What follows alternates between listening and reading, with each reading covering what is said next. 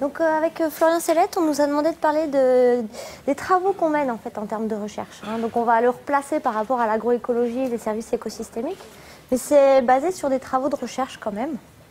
Donc en termes là d'opérationnalité, c'est à discuter justement en débat après. Donc on vous parle de la notion d'approche agroécologique quand on s'intéresse à l'agriculture de conservation en lien avec l'agriculture biologique. Donc voilà. Donc juste pour des petits éléments théoriques pour appuyer un peu nos propos. Ça c'est un schéma qui a été développé par une chercheuse anglaise sur l'agriculture biologique, mais qui serait applicable, on va dire, à toute agriculture, sur les liens entre toutes les pratiques sur une exploitation, qu'elles soient des pratiques d'élevage ou des protections des pratiques en lien avec les cultures. Et de dire, en fait, elle voulait replacer l'importance de la fertilité du sol, la notion de sol dans le système, en fait, on va dire, de l'exploitation agricole. Donc dire que, à travers toutes les pratiques vont avoir un impact sur la fertilité du sol, qu'on soit au niveau de l'élevage ou au niveau des cultures, et que la fertilité du sol va conditionner pour partie, des notions, par exemple, de santé et bien-être animal, si on parle des pathogènes et autres parasites. Et puis nous, on s'est intéressé plutôt à cette partie-là, à l'ISARA, sur la notion de culture. Donc elle va conditionner pour partie la production végétale. Et puis la fertilité du sol va aussi avoir un rôle fondamental dans les services environnementaux rendus par les exploitations agricoles. Donc ça, c'était un peu pour repositionner le sol et dire que donc nous, on s'est intéressé beaucoup à l'approche agroécologique avec l'agriculture de conservation autour de cette notion de la fertilité du sol, en fait. Si on prend un autre point de vue, alors je sais, on n'était pas là ce matin, donc je ne sais pas si vous avez eu des choses sur les services écosystémiques. Donc on a aussi appuyé un peu nos travaux pour voir une approche agroécologique en lien avec la notion de biodiversité, diversité, qu'elle soit des cultures ou diversité, on va dire, sauvage ou de la flore et la faune du sol, et les services écosystémiques rendus par cette diversité. Donc les hypothèses qui lient biodiversité et les services écosystémiques, c'est que la biodiversité, et une biodiversité importante, va faire que les services qui vont être rendus par les écosystèmes sont plus importants. Plus on a de biodiversité, c'est les hypothèses théoriques des écologues, c'est que plus la biodiversité est importante, plus les services derrière seront importants. Et plus il y a une biodiversité importante, meilleure sera la stabilité temporelle du fonctionnement de l'écosystème. C'est-à-dire que ces services, d'un point de vue temporel, seront rendus de façon stable. Alors il y a des grandes catégories de services écologiques. On ne va pas tous les reprendre, ce n'est pas le but. Mais il y a approvisionnement, donc là on est en lien avec la production, régulation, donc il y a les cycles, le cycle azote, carbone, les luttes biologiques, enfin les auxiliaires, culturels aussi, c'est quelque chose dont on parle peu souvent en agronomie, mais il y a quand même une valeur culturelle à certains services écologiques. Le sol, fait partie de la culture, et puis de support, je sais pas, gestion de l'eau, etc. Donc il y a des grands services écologiques, et la fertilité et les services rendus par la biodiversité, la diversité végétale et la faune et la flore du sol vont rendre des services écosystémiques qui peuvent jouer sur la production agricole et derrière sur l'agronomie. Donc là, on reprend, c'est un schéma qui est très connu, donc qui a été adapté d'un chercheur Zhang par le Roux, donc et al. C'est important, le et al. C'était le collectif de tous les chercheurs qui ont travaillé sur biodiversité, qui ont fait un rapport en 2008, qui est un bon rapport d'INRA en ligne, je pense que vous l'avez tous eu. Et donc ils ont remis ce petit schéma pour dire, la biodiversité et les services qu'elle rend. Donc services intrants, nous on est vraiment dedans, par exemple quand on regarde l'effet de l'agriculture de conservation sur la biodiversité et les services écosystémiques. Il y a la notion de stabilité structurale, disponibilité en eau, fertilité, etc. Contrôle des invasions, pollinisation. Après, il y a aussi les services sortants, le revenu agricole, donc production primaire, rendement, etc. Donc nous, en fait, nos travaux ils se situent un peu dans ce cas-là.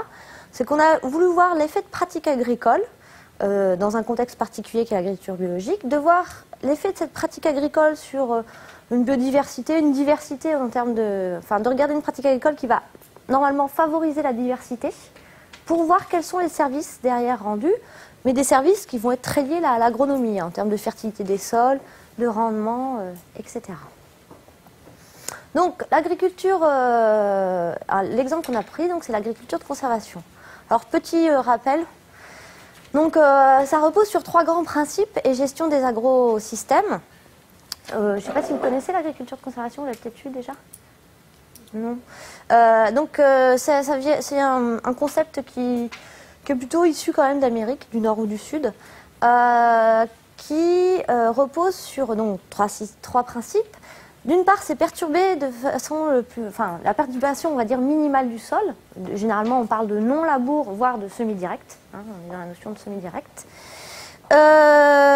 Associé, c'est toujours et. Donc nous, on va vous présenter des ou, malheureusement, mais normalement, c'est associé à une protection du sol via le maintien d'une couverture végétale permanente en surface. Donc cette couverture végétale, elle est soit sous forme de couverts végétaux vivants. Et là, généralement, je ne sais pas si vous avez entendu parler du semi-direct sous couvert vivant, le SCV, ou alors sous forme de mulch. Donc là, c'est un couvert mort, mais ça peut rentrer aussi dans ce concept. Et troisième chose, c'est que ces deux principes, qui sont quand même très liés à l'itinéraire technique, doivent être intégrés dans des systèmes de rotation très diversifiés, le plus diversifié possible, et si possible aussi avec des associations de cultures. Ça veut dire plusieurs cultures sur la même parcelle. Donc, pourquoi cette agriculture a été mise en place? La première raison, la raison originelle, on va dire, c'était pour lutter contre l'érosion en Amérique du Nord et en Amérique du Sud. Maintien du sol par la couverture, via la rotation, l'association de cultures. Perturbation minimale du sol, on garde toute la matière organique en surface pour augmenter la stabilité du sol et empêcher l'érosion. Donc, les tenants les hypothèses derrière l'agriculture de conservation concernant une approche agroécologique et puis les services écosystémiques, c'est que normalement l'agriculture de conservation doit tendre à préserver, à augmenter la biodiversité, qu'elle soit végétale, puisqu'on a des couvertures, une diversification des rotations, une association de cultures, et aussi, pour ce qui nous intéresse, la première partie de l'exposé, la vie du sol. Donc normalement, l'agriculture de conservation est une agriculture qui doit tendre à augmenter la biodiversité dans le sol. Et l'augmentation de biodiversité du sol va rendre des services agronomiques qu'on va retrouver normalement après sur les rendements. Donc nous, on s'est intéressé à cet aspect-là. Donc premiers travaux qu'on a menés, on a été regarder le non-labour en agriculture biologique et on s'est posé des questions sur l'impact de fait de ne pas labourer dans un système déjà qui est censé favoriser la vie du sol, l'agriculture biologique. Est-ce que ça va favoriser la vie du sol? Et si oui, est-ce qu'on va avoir un impact sur le fonctionnement de notre sol et les rendements derrière? Puis deuxième travaux que Florian présentera, lui, on s'est intéressé à la notion d'association de cultures et de diversification des rotations en lien avec le service nutrition, l'azote, dans le sol, globalement. Après, et adventices, et régulation des adventices. Voilà. Alors, on passe. Donc, les techniques sans labour. Donc, on est plusieurs à travailler dessus. C'est moi qui vous présente aujourd'hui, mais on est plusieurs collègues. Donc, notre but, c'était de regarder un peu les effets du labour sur la vie du sol, le labour et le non-labour. Donc là, vous avez un semi-direct dans une couverture végétale vivante. Même si elle a été roulée, là, elle est toujours vivante. Donc c'est bon, je vais passer ça. C'est des travaux qui ont été faits, on n'est pas les seuls, mais vous l'aurez, je pense.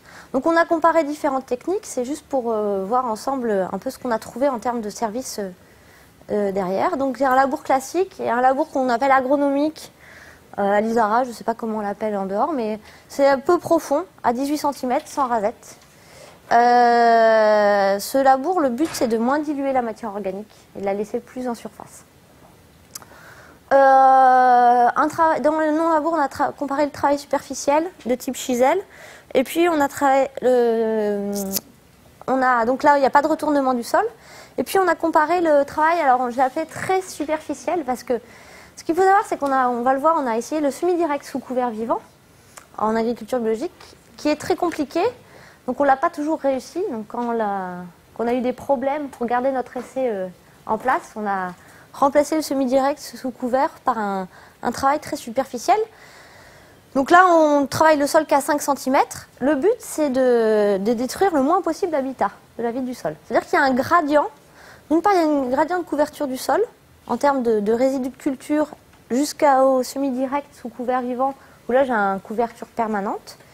Et le deuxième gradient, c'est la perturbation du sol. Là, je perturbe mon sol sur 30 cm, là sur 18 cm en retournant le sol, avec une localisation de la matière organique différente. Là, je perturbe mon sol sur 15 cm, mais je laisse la matière organique en surface, avec les dents.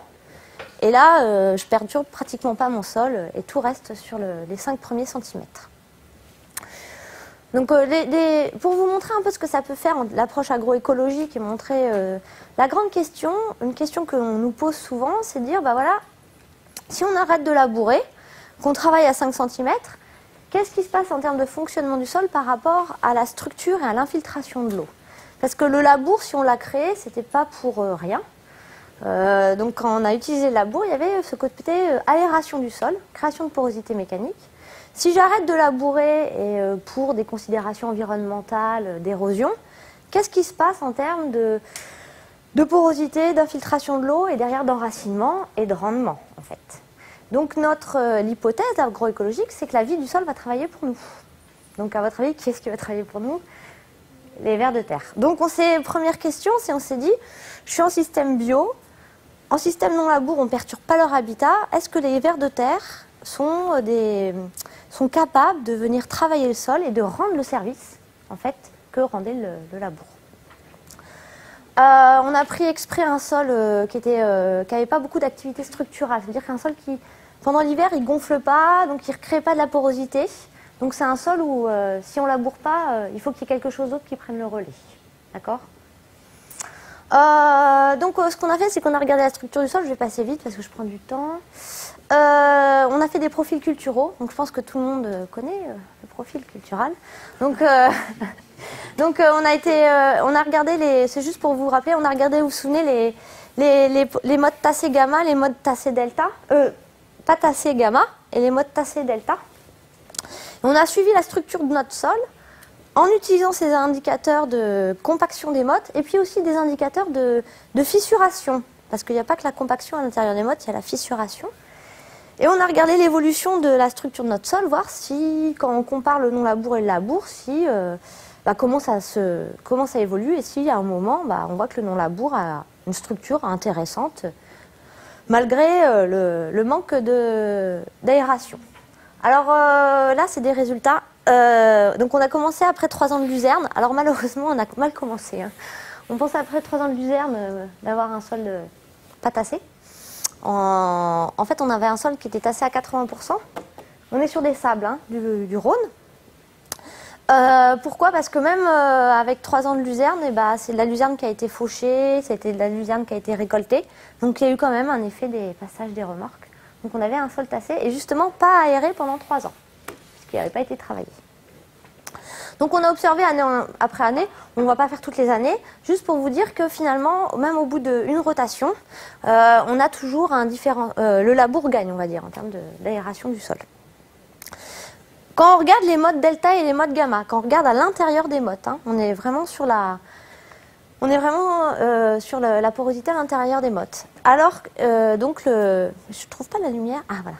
Alors on voit bien que là, que le semi-direct ou le travail très superficiel, on n'a pas résorbé en fait globalement le tassement initial. On l'a pas non plus aggravé. Alors, par contre, quand on regarde les vers de terre, on se dit tiens, il n'y a pas de service, enfin, il n'y a pas d'aération. Par contre, quand on regarde les vers de terre, donc on a fait des biomasses de vers de terre, de lombriciennes en grammes par mètre carré. Donc là, c'est que la biomasse, mais on a fait la densité, on a fait la diversité aussi des vers de terre. On avait pas mal de vers de terre au départ, ce qui est logique après 3 ans de luzerne. Donc 80 grammes par mètre carré, c'est bien. Il y a un chiffre qui court, je le dis juste à l'oral, je l'écris même plus pour pas qu'il reste de trop. Mais souvent dans les systèmes conventionnels, en grande culture, on est autour de 5 grammes par mètre carré. En moyenne. La moyenne vaut ce qu'elle vaut. Hein. Mais c'est pour vous montrer que 80 grammes, c'est bien, c'est presque des chiffres de prairie. Et on voit en semi-direct, là, le maïs en 2005, c'était le semi-direct du maïs dans un couvert de luzerne, cette luzerne. On voit qu'il n'y a que le semi-direct qui est capable d'augmenter un petit peu la biomasse des vers de terre, mais que quand même, dans les travaux très non travaillés, dans les sols très peu travaillés, on a toujours un petit peu plus de vers de terre.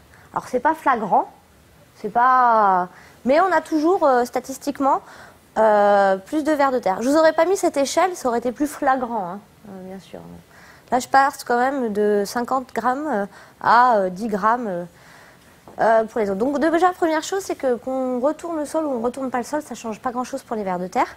Par contre, le fait de vraiment très peu travailler et surtout de laisser un couvert sur notre sol, on augmente vraiment beaucoup la population de vers de terre.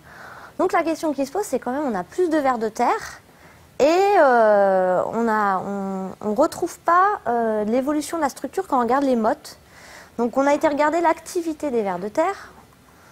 Donc l'activité, vous connaissez aussi, je pense, mais on a été regarder les galeries, en fait. Donc les galeries qui sont fonctionnelles, si possible. Donc les galeries où on voit des racines, on voit du mucus. Pas ça, par exemple. Ça, on considère que c'est peu fonctionnel, parce que les galeries sont bouchées. C'est les turricules, hein, c'est leur déjection dans le sol. Là, vous avez même un turricule en train de se former. Voilà. Et donc, on a été regarder les galeries, on les a comptées, tout simplement, dans les profils. Alors, ce qu'on observe quand même, c'est que, bon, c'est pas énorme, hein. Les chiffres sont pas énormes. Statistiquement, il y a une toute petite différence. C'est les grosses galeries. Donc, les grosses galeries, c'est plus de 3 mm. Celles, on est sûr que c'est des anéciques, les gros vers de terre qui font des galeries verticales. On en a quand même plus en TTS et le non-labour, hein, ou travail très très superficiel. Donc, on a quand même plus de vers de terre et un petit peu plus de galeries. Donc quand même, on a un effet, la pratique, le fait de ne pas labourer, le fait de garder son sol couvert, on a plus de vers de terre, on a plus de grosses galeries. Ça ne donne pas un effet sur la structure globale de notre sol, mais quand même, ça peut dire que derrière, dans l'avenir, nous, on n'était qu'à 5 ans, est-ce que dans 5 ans, le fait d'avoir d'année en année de plus en plus de grosses galeries, le fait de ne pas labourer, on laisse tranquille les vers de terre, et peut-être que dans 10 ans, le sol non labouré aura un fonctionnement équivalent au sol labouré, grâce à ces gros anéciques qui permettent de faire des grosses galeries. Alors, on fait très attention, c'est que ça, on pense que c'est lié à plus de vers de terre, et les plus de vers de terre, on a bien vu, c'est vraiment le semi-direct sous couvert vivant. C'est-à-dire que le fait de faire des dents, juste le chisel, ça ne permet pas, en fait, c'est là le chisel, hein, ça ne permet pas, toutes les techniques de don labour ne sont pas forcément des techniques qui vont améliorer la vie du sol et les services. Voilà, je vais passer sur les micro-organismes, j'ai pas le temps. Juste pour finir, on a regardé un système, c'est intéressant, il y a du potentiel d'un point de vue agroécologique, mais il faut regarder aussi les rendements et les performances des cultures. Et donc on se disait, on va peut-être voir quelque chose sur l'enracinement. On a plus de grosses galeries, mais en fait ce qu'on observe, c'est on n'observe pas de... En fait, là, il n'y a pas de différentiel. Si j'avais mis des écarts types qui sont très gros, vous verriez que c'est globalement les mêmes courbes. Donc là, c'est le pourcentage cumulé de racines par rapport à la profondeur. Donc, par exemple, à 50 cm, là, j'ai 80% des racines et l'autre, j'ai 90%. Vous voyez Donc, en fait, ce qu'on observe, c'est que nous, surtout, c'est qu'à 70 cm, tout s'arrête parce qu'on a des graviers. Donc, déjà, on n'a pas de différentiel d'enracinement en termes de profondeur. C'est la pédologie qui bloque tout. Et que globalement, même au bout de 5 ans, si on commence à avoir des différentiels en termes de galeries de vers de terre avec plus de grosses galeries, donc on se dit, s'il y a des plus grosses galeries qui descendent en profondeur, on devrait avoir un meilleur enracinement en profondeur avec le semi-direct, qui sont les petites croix là, on ne l'observe pas forcément en termes d'enracinement. Encore. D'ailleurs, on observe même un peu... on observe quelque chose de moins intéressant. Mais bon, attention, j'aime pas, hein, j'aurais dû mettre les écarts types en fait, ça abîme ma figure. Mais attention, c'est pratiquement les mêmes courbes, hein, ces deux-là. Hein. Si, avec les écarts types, si. Donc c'est surtout que non, ce qu'il faut se souvenir, c'est qu'il n'y a pas de différenciation non plus. L'effet vers de terre, on ne voit pas de différenciation pour l'instant sur l'enracinement. Je passe les micro-organismes, on n'a pas le temps. Et pour vous dire que, bon, alors maintenant, ce qu'il faut travailler, c'est que c'est bien d'intensifier, de faire vivre la vie du sol pour suppléer à des fonctionnements du sol. Il faut aussi, derrière, qu'il y ait une performance des cultures, le temps que le système se mette en place, en fait. C'est ça notre grand souci actuellement, c'est, on pourrait presque conclure, bah oui, il y a...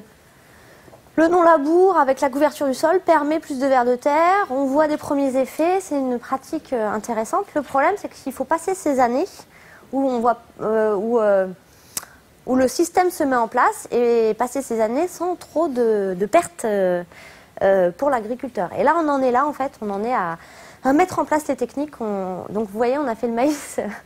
Donc, on a roulé, hein, tout simplement, on a fait un rouleau nous-mêmes, hein, c'était en 2004, donc il n'y avait pas encore les rouleaux FACA, mais on l'a construit nous-mêmes.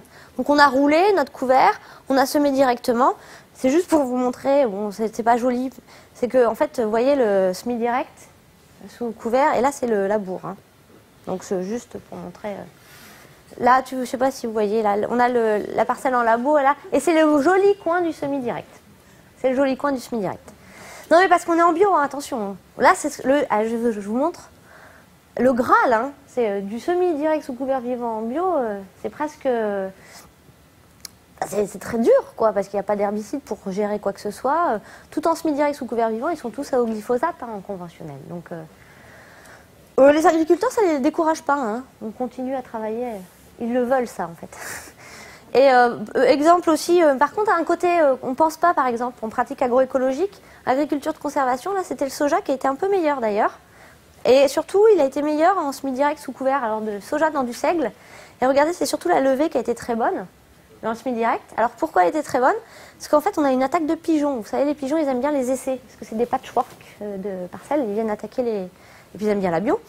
Donc ils ont bouffé les petits plants de soja, mais pas... Là, vous avez, ça se voit pas très bien, mais là, vous avez le soja, là. Et elles sont très beaux, en fait, dans le seigle. Parce que pourquoi? Parce que le couvert de seigle a protégé les plants de soja des attaques de pigeons. Et on avait quand même, au niveau de la levée, c'était très impressionnant quand même. Par contre, on a eu un problème, le couvert est remonté trop vite. Et donc, on a fait du végétatif. Et donc, on a eu quand même un décrochement du rendement. Et moins 25%, c'est pas non plus... C'est en bio, hein, attention, ces chiffres. Donc, d'où les faibles rendements en soja. Et... mais pas... Moins 25%, ça semble beaucoup. Mais... vu le risque lié à cette technique, c'est encourageant. Donc, comme vous l'a expliqué Joséphine au départ, dans l'équipe, on essaye de travailler sur l'agriculture de conservation en agriculture biologique. Et il y a deux grands principes qui dirigent cette agriculture, auxquels on pense toujours en premier, qui sont la simplification du travail du sol, la réduction du travail du sol et l'utilisation d'un couvert permanent. Et donc, le troisième principe qu'on a souvent tendance à oublier d'ailleurs, qui est plutôt sur les associations de cultures et la rotation des cultures. Quand je dis qu'on a souvent tendance à l'oublier, c'est que par exemple l'agriculture de conservation est très utilisée sur des monocultures au Brésil ou des choses comme ça. On parle quand même d'agriculture de conservation, mais on pourrait discuter de savoir si ça répond bien à tous les principes. Donc nous, on s'est intéressé plus particulièrement à une technique ici, les résultats que je vais vous présenter, qui consiste à insérer des couverts de légumineuses fourragères dans des systèmes céréaliers en bio. Et plus particulièrement, ici, je vais présenter des résultats sur l'insertion de légumineuses fourragères sous couvert de blé, légumineuses fourragères qu'on laisse ensuite après la récolte du blé jusqu'à la culture suivante, qui est un maïs pour nous, avec l'objectif derrière d'avoir un couvert permanent. Donc pourquoi on s'intéresse à ces légumineuses fourragères et pourquoi on cherche à les insérer dans les systèmes céréaliers? Il y a trois grands services qu'on a envie de valoriser au travers de l'utilisation de ces couverts. Le premier, c'est de limiter le développement des adventices. Donc pour ça, on fait l'hypothèse qu'il va y avoir deux grands principes, disons, deux grands moyens de limiter les adventices que Elena nous a un petit peu présenté avant. Déjà, durant la culture et l'interculture, on fait l'hypothèse qu'en maintenant un couvert, on va limiter le développement de ces adventices, la levée de ces adventices par le biais de la compétition qui va s'instaurer entre le couvert et les adventices. Et la deuxième chose, c'est qu'on imagine qu'il va y avoir un effet aussi sur le stock semencier, le fait qu'on va perturber, disons, le stockage des semences d'adventices en évitant qu'elles arrivent à graines. Et du coup, ça pourra jouer sur le développement des adventices sur l'ensemble de la rotation. Alors, j'en parlerai aussi un petit peu, je n'avais pas prévu d'aller très loin là-dessus. On cherche toujours dans l'idée d'avoir une approche plus agroécologique de la chose, à considérer justement la diversité de ces adventices et à voir comment d'insérer, de perturber le système, disons, en insérant des couverts de légumineuses, va modifier la composition de la population d'adventices et voir si on peut après arriver à identifier, par exemple, en lien avec les traits fonctionnels des espèces restantes, voir si on peut arriver à identifier des services que pourraient rendre les légumineuses qui sont, les adventices qui sont conservés. Je m'embrouille un petit peu. Donc le deuxième service, la deuxième chose qu'on cherche à voir, c'est si d'insérer ces couverts de légumineuses en association avec le blé, ça va avoir un impact, disons, sur les performances. Donc là, c'est le service productivité du système, étant donné que nous, la productivité de la légumineuse, j'ai envie de dire, on s'en fiche un petit peu, on voit bien ça comme une plante de service, encore que dans certains systèmes, on pourrait l'utiliser comme une plante fourragère. Donc notre objectif, c'est d'au moins garantir les performances du blé, garantir la productivité du système, voire pourquoi pas l'améliorer si on met en place des systèmes de facilitation. Donc on peut en imaginer un certain nombre. De la facilitation, par exemple, sur la fourniture d'azote, puisque comme vous le savez, j'imagine, les légumineuses sont capables de fixer l'azote atmosphérique et donc d'enrichir le milieu en azote. Et donc pourquoi pas jouer un rôle sur les performances du blé. On verra après que c'est pas si évident que ça vu le système sur lequel on travaille. Ça peut avoir un impact sur la limitation des maladies. Donc là, je ne vais pas développer ce point-là aujourd'hui, d'autant plus qu'on n'a pas vraiment de résultats expérimentaux là-dessus, étant donné qu'on a eu des années très peu favorables au développement des maladies. Mais l'idée, c'est qu'on peut arriver par différents phénomènes, des mécanismes dits de barrière, de dilution, etc., à éviter que les maladies, notamment cryptogamiques, se développent par le fait qu'on diversifie la population au sein de la parcelle.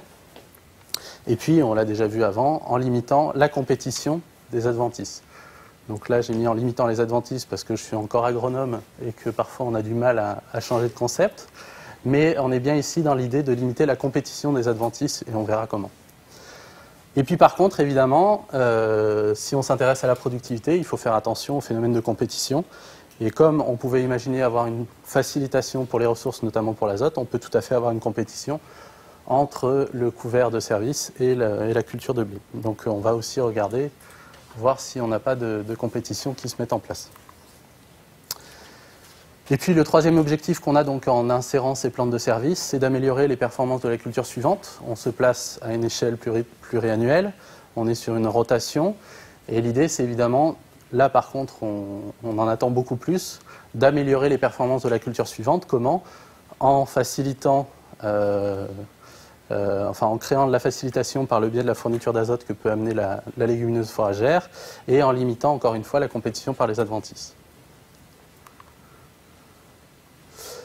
Donc pour arriver à rendre tous ces services-là, on a besoin de réfléchir à une typologie, on va dire, des légumineuses qu'on va pouvoir mettre en place. Donc pour ça, on a identifié un certain nombre de fonctions qu'on voulait que le couvert de légumineuses rende pour le système de culture. Donc on a identifié un certain nombre de ce qu'on pourrait qualifier de traits fonctionnels. Là, je les ai résumés, on va dire, en 3 grands points, qui sont qu'on a besoin d'un couvert qui s'implante rapidement, déjà qu'il soit capable de s'implanter sous un couvert de blé, puisqu'on, comme je l'ai dit, on est sur un semis de légumineuses fourragères sous couvert de blé, donc ça veut dire qu'il soit capable de résister à la compétition du blé, et qu'il ait quand même un développement qui soit significatif pour permettre après de limiter le développement des adventices, puisqu'une fois que le couvert est implanté, évidemment, on ne peut plus désherber. Et puis après, le troisième trait qui nous intéresse, c'est la capacité de ces légumineuses à fixer l'azote atmosphérique et du coup à enrichir le milieu en azote. et à limiter le lessivage. On se place à l'échelle d'un système de culture. Donc il y a différents modes d'insertion des légumineuses. Je vais passer assez vite sur cette diapositive. Ici, vous avez schématisé la rotation, enfin sur deux cultures. Donc il y a les deux cultures, il y a les intercultures entre deux cycles culturaux. Donc on peut essayer d'augmenter la quantité de légumineuses pour favoriser la fixation, etc. en mettant tout simplement dans la rotation. C'est a priori pas ce qui nous intéresse ici. En l'utilisant en interculture, ça c'est quelque chose qui est assez utilisé par le biais des engrais verts notamment. Et puis nous, ce qui nous intéresse plus, c'est d'aller dans les associations de culture. Et même dans les associations, il peut y avoir différents modes d'insertion qui sont intéressants. On peut imaginer une association de la céréale et de la légumineuse sur le cycle cultural. Après, à voir si cette légumineuse, on la sème en rang ou à la volée. On a différents types d'associations à ce moment-là qui se mettent en place. C'est a priori toujours pas ce qui nous intéresse. On a des systèmes qui sont construits sur la base d'un semis de la plante de couverture une première année, ici. Et ensuite, on va aller semer les cultures de vente directement dans ce couvert-là. Donc là, c'est des systèmes qui sont travaillés notamment en agriculture de conservation, mais qui en agriculture biologique sont assez difficiles à contrôler, notamment pour contrôler la compétition entre le couvert de service et la culture de vente. Donc c'est toujours pas sur ça qu'on s'est situé. Et donc nous, on est bien dans ce type de système-là, c'est-à-dire qu'on a une céréale, pour nous ici un blé, et on va aller semer le couvert de légumineuses sous le couvert de blé pour ensuite couvrir le sol pendant toute l'interculture et valoriser autant que possible les services qu'on cherche à lui faire rendre. Donc les résultats que je vais vous présenter sont issus de dispositifs expérimentaux qui se situent un peu, on va dire, dans la plupart des zones céréalières de la région. Donc là, je vous ai représenté tous les sites expérimentaux. Vous voyez que ce sont des résultats aussi qui sont sur 2 années. 0,9 ça veut dire 2009 et 10 ça veut dire 2010. Et on a 6 sites différents, 7 sites différents. Pas toujours répétés toutes les années, etc. Mais l'idée, c'est que par le biais de ce réseau de parcelles, on arrive à balayer, on va dire, assez bien la diversité des sols et des climats qu'on peut rencontrer dans la région. L'idée étant de pouvoir ensuite faciliter la généralisation des résultats. Encore que ça pourrait se discuter si c'est vraiment l'objectif. Bon. Donc j'en viens à quelques observations qu'on a pu faire. La première chose qu'on observe, évidemment, c'est de voir si le couvert arrive à bien s'implanter. Je vous rappelle que le premier trait qu'on regardait, c'était voir si le couvert était capable de bien s'implanter sous un couvert de blé, et donc de résister à la compétition du blé, parce qu'il faut aussi le voir sous cet angle-là. Donc là, vous avez une moyenne sur donc, ce que j'appelle les 9 sites, c'est-à-dire tous les sites, toutes les années, où on observe donc 4 espèces de légumineuses différentes. L, c'est la luzerne, M, la minette, TB, le trèfle blanc, et TV, le trèfle violet. Donc ces 4 espèces ont été semées dans les mêmes conditions, sous un couvert de blé, sur les 9 sites expérimentaux. Et on voit que, dès le départ, sur ces 4 espèces-là, on a déjà des différences de comportement qui nous intéressent parce qu'a priori, ça signifie qu'ils ne vont pas forcément rendre les mêmes services derrière. Même si on peut discuter de savoir si... par exemple, je ne sais pas, la minette qui a un très bon taux de levée, en général, dans tous les sites, c'est l'espèce qui s'est le mieux développée avec le trèfle violet. C'est pas parce qu'elle a une meilleure levée, un meilleur développement qu'elle va fixer le plus d'azote, par exemple, ou qu'elle va le mieux contrôler les adventices. Encore que là, a priori, c'est plus directement lié. Voilà, donc on essaie d'observer le comportement de ces couverts dans différentes conditions, et on commence déjà à observer des différences. Et puis... on a décidé aussi dans nos essais de croiser l'insertion de ces légumineuses fourragères avec un autre facteur qui est la mise en place d'une fertilisation de printemps. Je ne vais pas développer ces résultats-là, simplement il y a des choses intéressantes de temps en temps qui ressortent, notamment de par les interactions qu'il y a entre l'utilisation de cette fertilisation de printemps et le comportement des légumineuses et les services qu'on veut lui faire rendre derrière. Donc on voit ici par exemple que la fertilisation de printemps n'a pas d'impact sur la levée de la légumineuse, ça paraît logique puisqu'on la porte seulement 15 jours avant la levée de la légumineuse, donc on s'attendait un peu à ça, mais on verra qu'il y a d'autres critères, on va dire, sur lesquels ça a un impact beaucoup plus important. Alors là, on a une figure qui a priori paraît complexe, donc je vais quand même vous la décrypter. Vous verrez que finalement, ce n'est pas si complexe que ça. On va tous comprendre. Donc vous avez les biomasses. Donc les biomasses ce qu'on appelle les trois composantes du système qui nous intéressent, qui sont en couleur le blé, en noir la légumineuse, et en blanc, ici, là par exemple, les adventices. Et donc à chaque fois, il s'agit des biomasses, et ça pour les 5 sites expérimentaux de l'année 2009. J'ai les mêmes résultats pour 2010, mais bon, j'ai choisi d'illustrer avec 2009. Et donc ici, vous avez deux échelles. Une échelle pour les matières sèches du blé, qui vont de 10 à, allez, de 1 à 10 tonnes. D'accord ? Donc par exemple, ici, sur ce site-là, le blé des 3 traitements, qui sont associés à un trèfle blanc, associés à un trèfle violet, associés à rien du tout, un témoin, on a environ 9 tonnes de biomasse de blé. D'accord ? Et puis vous avez la deuxième échelle ici, avec la matière sèche des légumineuses et des adventices qu'on a cumulées. Et donc par exemple, si je prends toujours les mêmes traitements, ici j'ai environ, comme ça doit faire à peu près 700 kg par hectare de légumineuses et quasiment autant d'adventices. D'accord ? Et donc c'est comme ça qu'on peut lire cette figure-là. Et donc qu'est-ce qu'on voit ? Qu'est-ce qu'on veut montrer avec cette figure-là ? C'est que, évidemment, on a une grande variabilité entre les sites, notamment pour ce qui concerne l'installation des légumineuses. Donc on voit ici, c'était quelque chose qui était caché un peu par les moyennes que je vous ai montrées juste avant sur les taux de levée.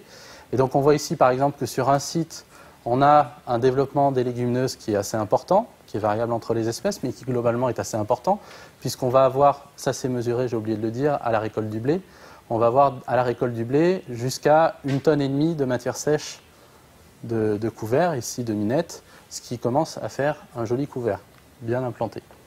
Et puis on va avoir des sites, par exemple celui-ci, où les légumineuses se sont très mal développées. Donc là ensuite on va essayer de voir qu'est-ce qui explique que ces légumineuses se sont bien implantées ou pas, et de voir si elles vont réussir à rendre quand même les services qu'on attend d'elles.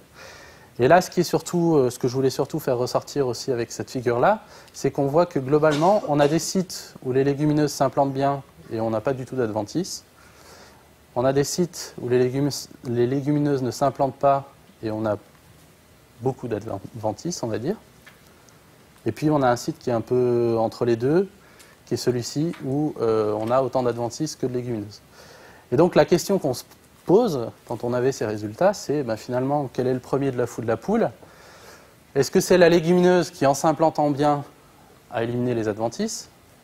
Ou est-ce que ce sont les adventices qui, en se développant ici, ont stoppé le développement des légumineuses ? On n'a toujours pas une réponse très claire là-dessus. Merci. On n'a toujours pas une réponse très claire là-dessus. Ce qu'on peut dire, c'est que, à part ce site-là, qui est particulier, les deux, a priori, se développent, disons, en compétition directe avec l'autre. Et ce site-là, s'il est particulier, c'est tout simplement parce que c'est le site a priori le plus fertile, et notamment celui où il y avait la disponibilité en eau la plus importante. C'est un site qui a été très arrosé par les pluies tout au long du cycle, et donc on a eu un développement important des deux couverts. Mais sinon, en général, l'un se développe pas, les adventices se développent au détriment des légumineuses ou l'inverse. Après, on a du mal à savoir qui est le premier de l'œuf ou de la poule. Donc, ensuite, on essaye de voir si, comme on l'espérait, nos couverts de légumineuses vont ou pas diminuer l'importance de la biomasse d'adventices. Donc là, vous avez ici les biomasses moyennes d'adventices à l'entrée de l'hiver suivant, en fonction des traitements. Donc en orange, vous avez le témoin, donc ici sans azote et ici avec azote. Et c'est là où on commence à avoir des interactions intéressantes entre l'insertion des couverts légumineuses et la fertilisation, puisque vous voyez que globalement, quel que soit le couvert finalement, on a une diminution très forte des biomasses d'adventices. Donc en clair, une fois que notre couvert de légumineuses est implanté, les adventices ne parviennent pas à se développer, en tout cas pas de manière significative. Par contre, dès qu'on a une fertilisation en plus, on va avoir un développement et un salissement plus important, un développement d'adventices plus important. Et en fait, ce qu'on observe, on l'explique assez bien, c'est que en fertilisant, on va favoriser énormément le blé, déjà, qui du coup va lui empêcher les légumineuses de bien se développer, compétition. Et puis on va aussi favoriser les adventices qui a priori étaient déjà présentes et avaient pris un petit peu d'avance sur la légumineuse. On va en plus défavoriser la légumineuse parce qu'on lui fait perdre son avantage, on va dire fonctionnel, qui est sa capacité à fixer l'azote. Et tout ça fait que la légumineuse a tendance à être en compétition plus forte avec le blé, enfin subit une compétition plus forte avec le blé, notamment pour la lumière, et en plus subit une compétition plus forte des adventices du fait qu'elle a perdu son avantage, on va dire, fonctionnel. Et donc du coup, on a en fait un couvert de légumineuses qui va se mettre en place plus lentement et qui va permettre à des adventices de se développer et de monter à graines. D'accord ? Et c'est ce qu'on observe ici. C'est-à-dire qu'en fait, en densité, on a un petit peu plus d'adventices, en biomasse, on en a. Enfin, la différence est encore plus importante quand c'est fertilisé, puisque ces adventices sont au-dessus et on ne subissent plus la compétition, enfin moins la compétition des légumineuses.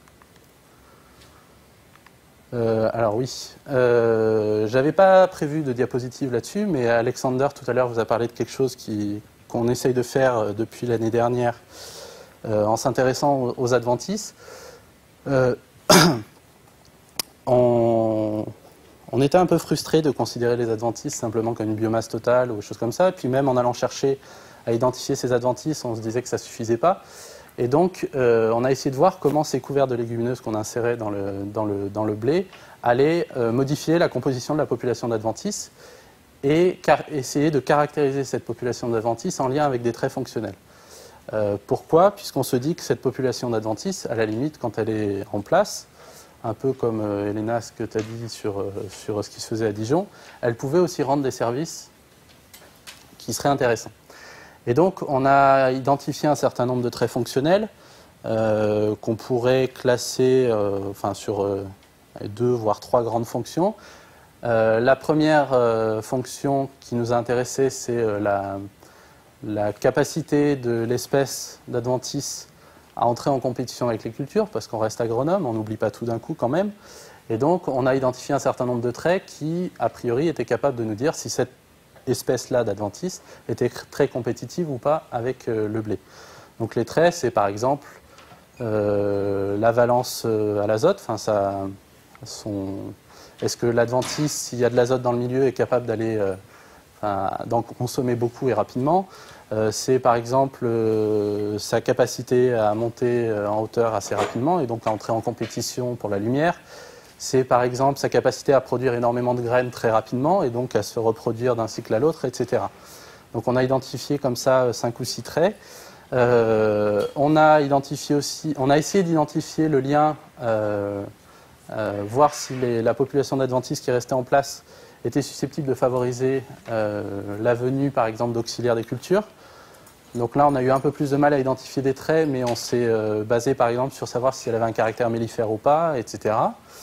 Et puis, le troisième trait qui est un peu lié la troisième fonction, c'était de voir si cette espèce-là était capable de se maintenir dans le milieu longtemps. Donc là, c'est encore capacité à produire des graines, capacité des graines à rester longtemps dans le sol, etc.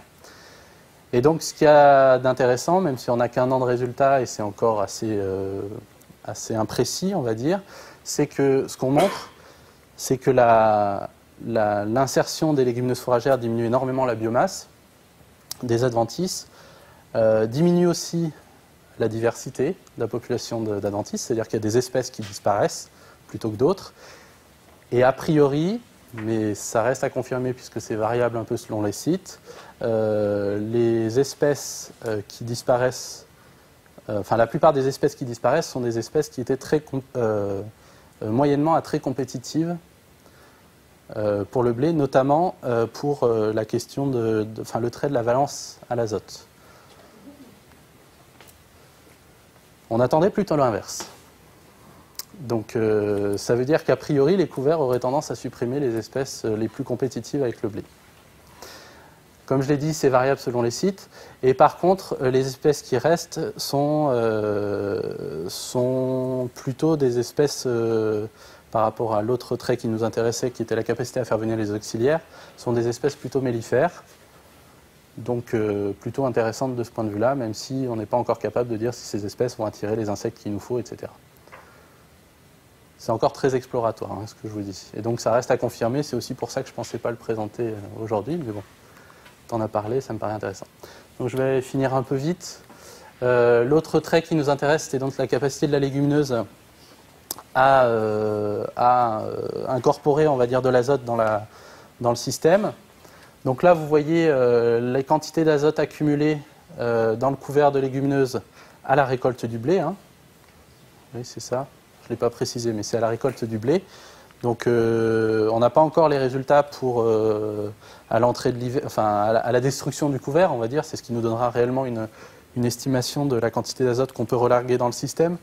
Mais là déjà à la récolte du blé, on voit que évidemment c'est très lié à la biomasse du couvert. Donc les sites où les couverts se sont bien développés, évidemment on a plus d'azote. Mais ce qui est intéressant, c'est que vous pouvez voir que pour chaque barre, il y a deux couleurs, une couleur plus claire et une couleur plus foncée. Et en fait, c'est la différence, enfin, c'est la source, la provenance de cet azote. Et en foncé, vous avez l'azote qui a été fixé par la fixation symbiotique de l'azote de l'air. Et puis en plus clair, vous avez l'azote consommé. Donc, je ne vous explique pas comment c'est dosé. On utilise pour ça l'isotope 15 de l'azote et on s'est basé sur la méthode de l'abondance naturelle. On pourra en discuter, de voir comment on fait ça. Mais toujours est-il qu'on peut voir qu'une des questions qu'on se posait, c'était de savoir si ces couverts aller entrer en concurrence pour le blé, ben pour l'azote au moins, a priori, ce n'est pas le cas, puisque l'azote qui s'accumule dans les parties aériennes provient essentiellement de la fixation de l'azote de l'air. Voilà. Et puis la troisième chose qui nous intéressait, donc là je vais assez vite, on voit ici les rendements grains du maïs suivant. Donc c'est une moyenne sur 2 sites. Parce qu'on n'a pas encore les résultats de 2010, évidemment, le maïs est implanté cette année, et puis parce que pour les résultats de l'année dernière, il y a 2 agriculteurs qui ont retourné le champ, donc ça en laissait déjà plus que 3 parcelles, et il y a un des maïs qui ne s'est pas bien développé, donc voilà. Mais ce qu'on peut voir, c'est que déjà, sur ces 2 sites au moins, on observe un effet significatif sur les rendements en grains du maïs suivant. Alors qui, suivant les sites, encore c'est pas trop variable, mais suivant les couverts, même si les différences ne sont pas significatives, on va dire que ça va autour d'une vingtaine de quintaux supplémentaires. Je précise, donc c'est une différence qui est importante quand même, je précise qu'on a ici des maïs qui n'ont pas été fertilisés, pour le témoin, d'accord ? Évidemment, on veut voir l'effet de la légumineuse de l'année d'avant, si on fertilise, on en verra beaucoup moins.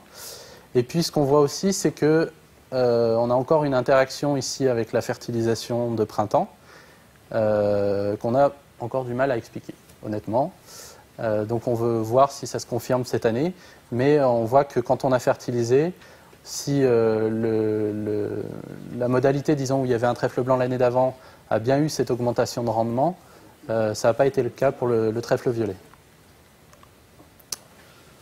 Bon, je passe là-dessus. Ça, c'est des résultats d'une expérimentation qu'on avait conduite aussi avec la Chambre de la Drôme, où on avait testé un certain nombre de couverts, espèces, densités, etc. Et où on voit ici le témoin sans azote et ici les teneurs en protéines et les rendements du blé de l'année suivante. Donc on a des... Bon, je passe là-dessus. Donc pour terminer sur les observations, comme l'a dit Joséphine, quand on s'intéresse à des services comme ça, le premier service qui nous intéresse en agriculture, c'est quand même la productivité du système. Enfin, ce qui nous intéresse avant tout, c'est ça. Globalement, on n'a pas eu d'effet significatif sur le blé. Il y a une exception à ça, c'est que sur certains sites, en 2009, la modalité associée à une minette, qui je vous le rappelle était le couvert qui s'était le plus développé sous couvert de blé, on a une légère diminution de la teneur en protéines du blé. Donc on peut faire l'hypothèse qu'il y a un début de compétition qui se met en place, notamment quand le couvert de légumineuse s'est développé très rapidement. Et si on se pose la question de savoir si c'est l'eau, c'est parce qu'a priori on avait dit que l'azote, vu que c'était que de l'azote fixé quasiment. Pour l'azote, il n'y avait pas eu de compétition, mais ça se discute. Surtout qu'on peut avoir aussi un effet de l'eau indirect sur l'azote avec la minéralisation, etc. Bon. On n'a pas vu d'effet sur les maladies, la contamination du grain en mycotoxines, etc. Mais encore une fois, on a eu des années qui ont été très peu favorables au développement de ces maladies, donc c'est difficile de dire que ça a un effet ou pas. Et puis, encore une fois, quand on s'intéresse à un système complexe, on voit apparaître des interactions qui sont intéressantes, notamment avec la fertilisation azotée de printemps. Et on a vu que cette fertilisation azotée modifiait, disons, l'impact les services que pouvait rendre le couvert sur différents critères, le salissement, la fixation de l'azote, etc. Donc, je vais conclure sur cette diapo. L'idée, c'est qu'on puisse discuter après avec vous. Globalement, on part sur des systèmes. On a commencé en retard, je tiens à le dire. On a diversifié les systèmes et on a limité la perturbation pour chercher à intensifier donc écologiquement les systèmes de production. Donc ça, c'était l'objet des essais qu'on conduit. Globalement, on arrive à montrer qu'il y a des techniques qu'on peut qualifier d'agroécologiques au sens où elles essayent de valoriser des services écosystémiques. On peut justement arriver à favoriser ces systèmes et à faire le lien entre une pratique, une technique et un service ou plusieurs services. On peut arriver à les comprendre, on peut arriver à comprendre et à optimiser ces services écosystémiques. Cependant, on a des services qui demeurent assez variables et qui peuvent parfois être décalés dans le temps. C'est notamment ce qu'a présenté Joséphine avec l'effet des vers de terre, etc. C'est encore plus vrai avec la biomasse microbienne. Non, c'est surtout les vers de terre, pardon. Ouais. C'est des services qui ne vont pas forcément être immédiats, et donc on a une notion de temporalité qui est importante. Évidemment, il ne faut pas oublier la productivité et la qualité de la production quand on s'intéresse à un service, à mettre en place, disons, un système intensifié écologiquement. Et le problème, c'est que parfois, on a des effets qui sont contradictoires. Donc globalement, on a plusieurs interactions entre les techniques, etc. Il est évidemment important d'avoir une approche globale. Ce qu'on voulait aussi dire, c'est que c'était important, et je pense que c'est plus les présentations de ce matin qui l'auront mis en avant, c'est important de ne pas considérer que ce qui se passe dans la parcelle, mais aussi de voir ce qui se passe à des échelles plus larges, et notamment tout ce qui concerne, on va dire, les sciences humaines, sociales, etc. Mettre en place des techniques comme ça signifie aussi une modification du travail de l'agriculteur, considérer aussi le point de vue économique, etc. Donc on a besoin de considérer tout ça quand on essaie de mettre en place une approche comme celle-ci. Voilà, merci.